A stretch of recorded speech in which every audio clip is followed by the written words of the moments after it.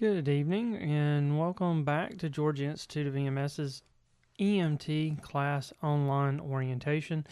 And in this section, I want to talk about labs. Labs is something that you'll be attending on a regular basis. As an EMT student, you'll need to attend and complete 16 lab sessions, and each lab session is 4 hours in length.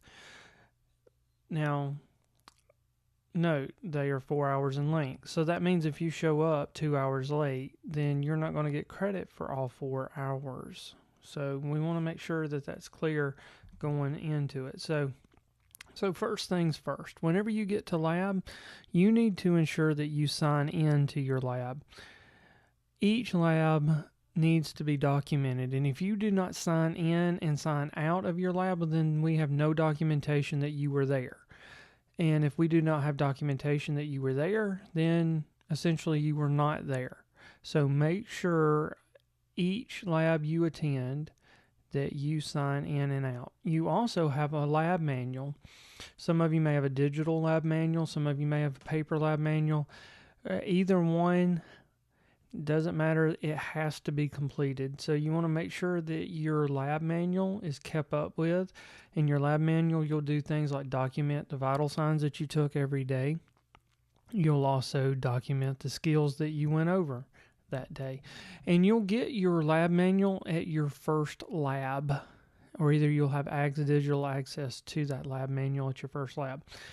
Now, I want to point out here, in your labs, vital sign practice is mandatory. We do vital sign practice at the beginning of each lab. The first 30 minutes of your lab is vital signs. So you will, whenever you get to lab, you do not need to sit around waiting on an instructor to tell you to do your vital signs.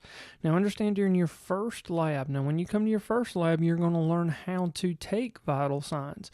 So at that lab, you will not be expected to start doing vital signs because you don't know how yet. But after you learn how to do vital signs, it is required for you to come to lab, and when you get to your lab, get your vital sign kit out, get your blood pressure cup and your stethoscope out, and take your vital signs.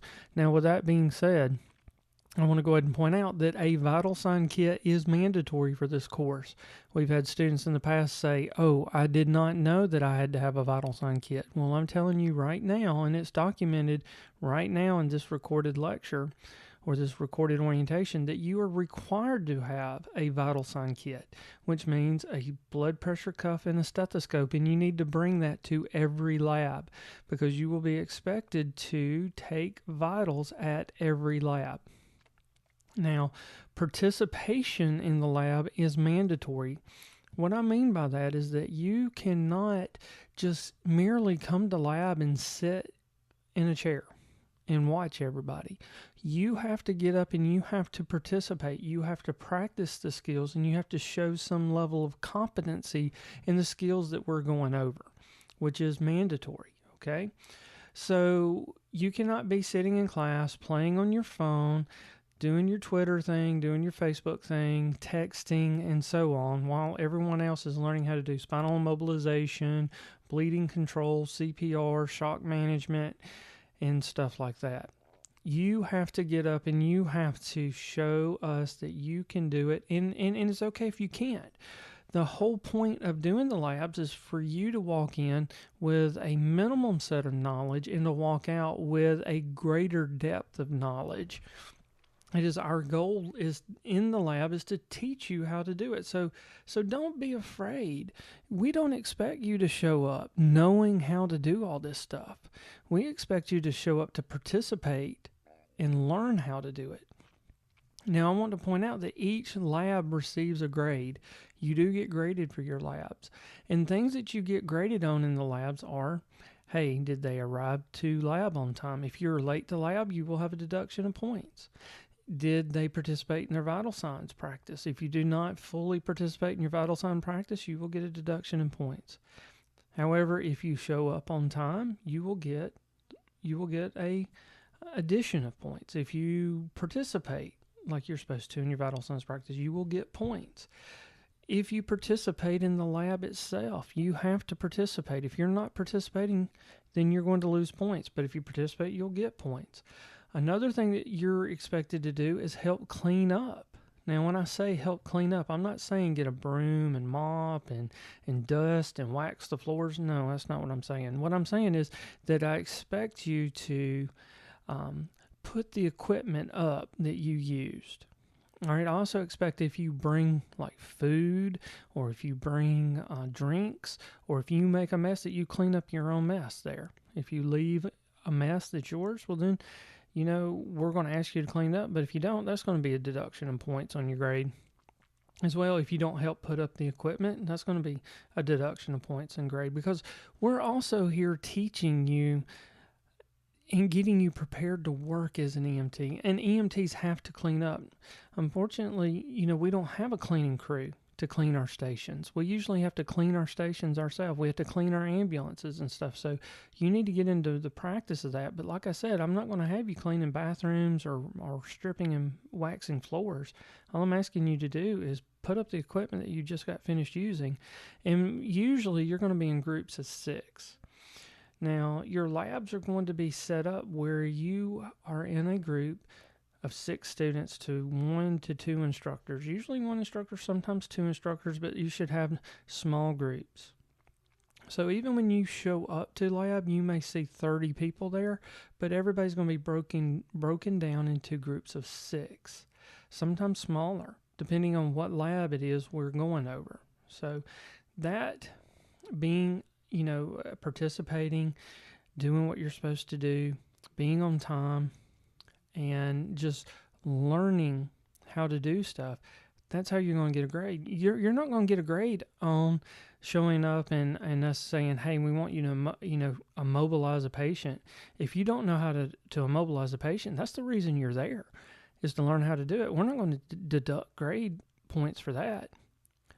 We're probably going to give you a positive grade points for that, because you're coming forward and saying, hey, I don't know how to do this. I want to learn how. I want to get down here on the ground, and I want to learn how to do this. And when you're doing that, that's how you're going to receive a positive grade for your labs. So participation is key. Participation is mandatory. So breaks. Now, during the labs, you will get a break.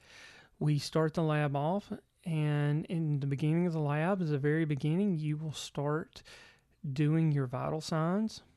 And during that time, you can talk to your fellow students. If you have any questions, use that time to talk to an instructor if you need to.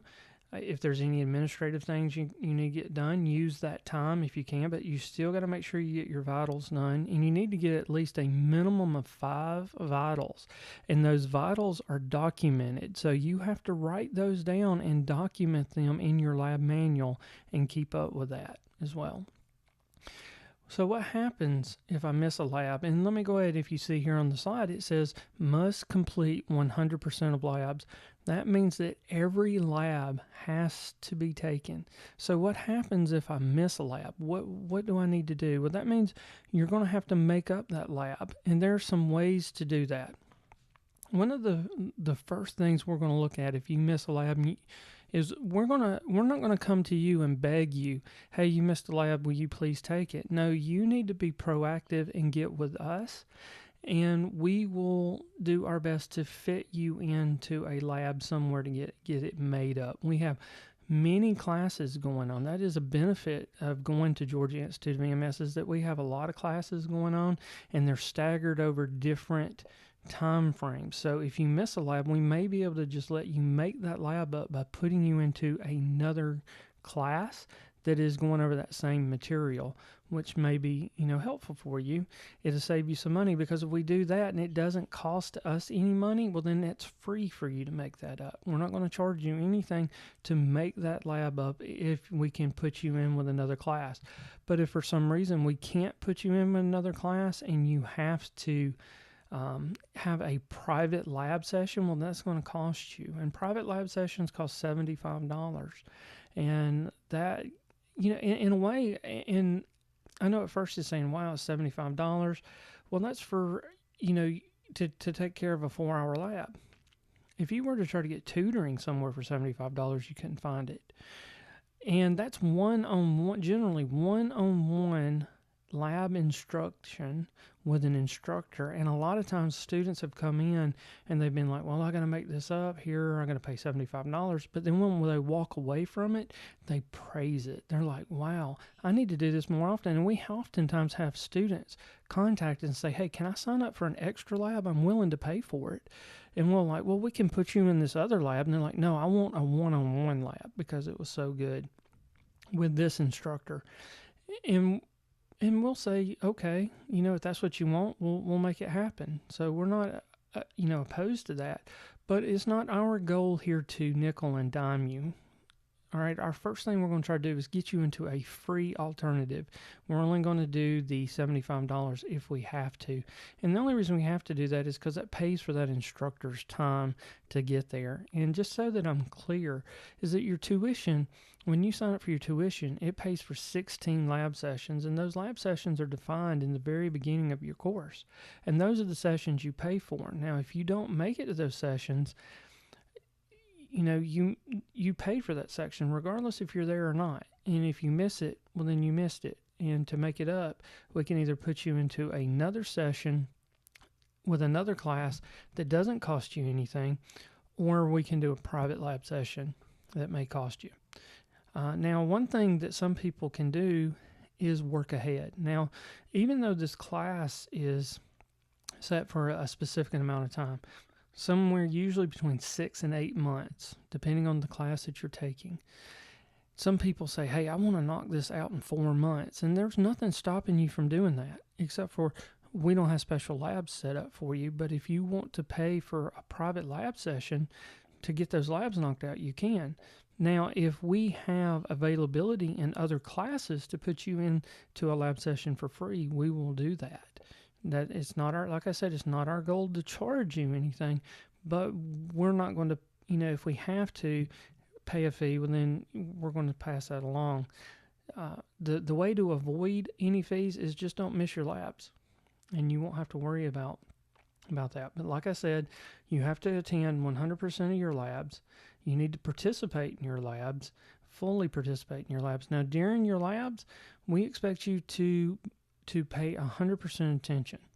If you've got stuff going on with your family life or your personal life that you got to be on your phone and you got to be Facebooking or texting or something, maybe you need to talk to us, talk to your instructor and let them know, and maybe you need to reschedule that lab or something because, like I said, do you want that EMT taking care of you that was not paying attention in their lab? Think about that. Let's say you have a small child, you have a 5-year-old child, and you're in a car wreck. Do you want that EMT being the EMT that was not paying attention during that trauma lab? I would bet you would say no. You want an EMT that paid 100% attention and did 100% of the work in that lab and participated 100%. And that EMT is going to be one that's going to provide the best care to your loved one. I can pretty much assume and guarantee that that's what you would want. Well, that's what we want you to do. We want you to be that person. So participate 100% if you can. Now, we also, during the labs, we have prescribed break periods. So usually we'll have some small little 5-minute breaks, but we will have one big break. So the break is usually 20 to 30 minutes, depending on how many small breaks you took. If you haven't taken any small breaks or anything, generally there'll be a 20 to 30 minute break right in the middle of the lab session. So sometimes people use that time to go get something to eat and come back. Now, if you leave campus to go get something to eat and come back, and it's a 30-minute break, well, then you need to be back ready to start lab. Don't show up, don't leave, and then be gone for 30 minutes and then show back up and lab's about to start with a sack full of Chick-fil-A or McDonald's or something and think that you're going to sit down and eat while everybody's participating in lab. No, you need to take care of that during that lab. Now, like I said, we are human, and we understand that sometimes we need to be flexible. And if it's something you know of ahead of time, and we've had this happen where somebody's had to run to the bank, and it's like, I've got lab, but I really got to go sign this paperwork. I really got to do this. we're flexible sometimes. We will help you with that. Just communicate with us. Communication is a key component here. If you communicate with us and talk to us, we will do everything in our power to help you with it. So just make sure you do not abuse breaks. Okay, and that goes for the people who are smokers. Okay, I understand people smoke and you want to take a break, but you cannot take a 15-minute smoke break every 45 minutes and think that you're going to get credit for the lab, because whenever you do that, if you're taking a 15-minute break every hour, it's a 4-hour session. That means 1 hour of the whole lab was spent on break, and we can't. And then that's in addition to your 30-minute break maybe that you took. So that means almost half of the lab was taken with breaks, and we're watching that, and we can't let that happen. So keep the breaks to a minimum. Okay. I like to say this is that, my daughter at one time worked at Chick-fil-A, and whenever she worked a 4-hour shift, she got one 15-minute break, and that was it. So we can come to school and we can do this 4-hour class with a 30-minute break and be good. Now, like I said, sometimes those breaks at 30 minutes is spread out over the 4 hours. Sometimes it's one big chunk in the middle. A lot of times your instructor will get with you in the very beginning of the class and try to get a consensus on what you want to do, and then that's how that kind of works. So labs, whenever you first get to the school, make sure, just in review, make sure you sign in. Okay, make sure you sign in. When you leave, make sure you sign out so that it's documented that you were there. Make sure you complete your lab manual. Make sure you participate. Make sure that you come to lab. If you don't come to lab, make sure you get with us so that we can schedule you a makeup lab. Remember, you must complete 100% of your labs, and you must participate in your labs, and you will be getting a lab grade. So that does it for this section covering labs. If you have any questions, please feel free to email us at info@gaiems.com. Please remember that there are quizzes that you need to take so that you get credit for this orientation, and you can follow the directions on the website for when and where to take those. Like I said, if you have any questions or concerns, please contact us at info@gaiems.com, or you can give us a call, 678-561-2368. Thank you for listening, and this is Tom Camplain signing off.